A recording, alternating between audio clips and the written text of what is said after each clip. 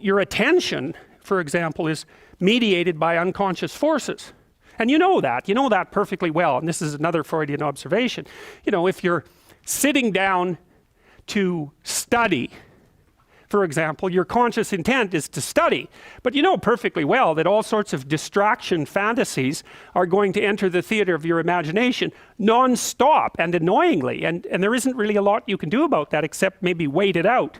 You know, so you'll be sitting there reading and your attention will flicker away. You'll think about, I don't know, maybe you want to watch Jane the Virgin on Netflix or something like that. Or maybe it's time to have a peanut butter sandwich, or you should get the dust bunnies out from underneath the bed, or it's time to go outside and have a cigarette, or maybe it's time for a cup of coffee. Or it's like all these subsystems in you that would like something aren't very happy just to sit there while you read this thing that you're actually bored by. And so they pop up and try to take control of your perceptions and your actions non-stop.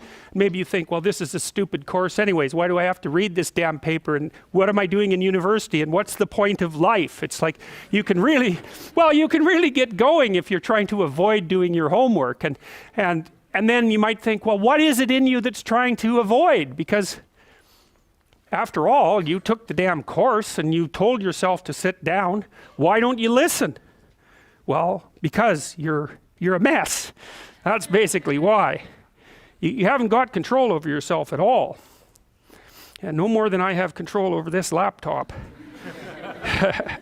Okay, so there's the memory function of the unconscious, and there's the dissolutive function. That's an interesting one. The unconscious contains habits, once voluntary, now automatized, and dissociated elements of the personality, which may lead a parasitic existence. That's an interesting one. I would relate that more to procedural memory. You know, so what you've done is practice certain habits, whatever they might be. Let's call them bad habits. And you like those things to get under control, but you can't. So maybe when you're speaking, for example, you use like and you know, and you say a lot.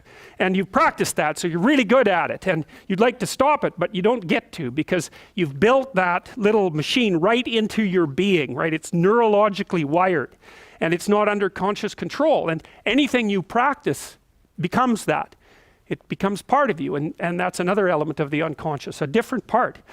And then there's a creative part, which is that, well, you know, you're sitting around and maybe you're trying to write something, or maybe you want to produce a piece of art or a piece of music, or maybe you're just laying in bed dreaming and you have all these weird ideas, and especially in dreams, it's like, where do those things come from?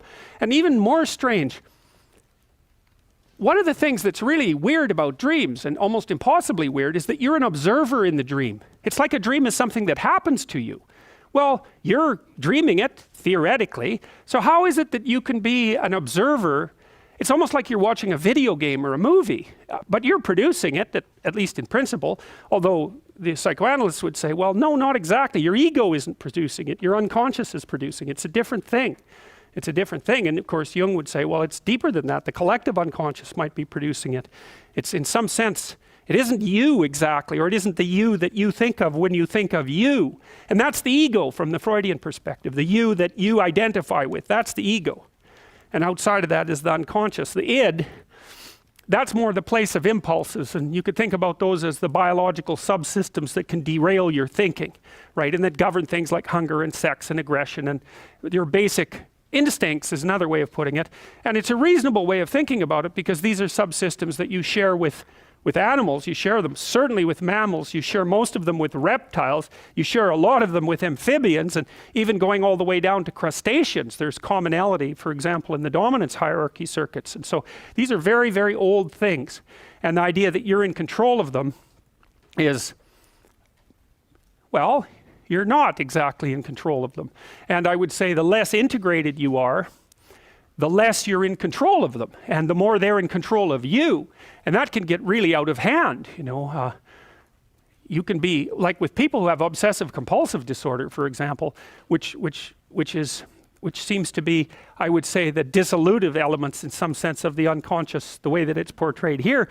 Poor people with obsessive compulsive disorder, they can spend half their time doing things that they can't really control, and they have very strong impulses to do them, and it's very hard on them to block them. You know, they'll almost panic if those things are blocked. And then you have people with Tourette syndrome, you know, that they'll be doing all sorts of weird dances and spouting off obscenities, and and imitating people without being able to control it, and sometimes a little bit of antipsychotic medication can dampen that down, but it's as if there are these autonomous semi-spirits inside of them that grip control over their behavior and make them do things. And you find that to some degree in your own life, because maybe you've become very attracted to someone, even maybe you don't want to be attracted to the person, and then you find yourself, texting them when you know perfectly well that you should be going to bed, and you're in a grip of something, and you can't control it, and that's all part of the unconscious and all part of what Freud was studying.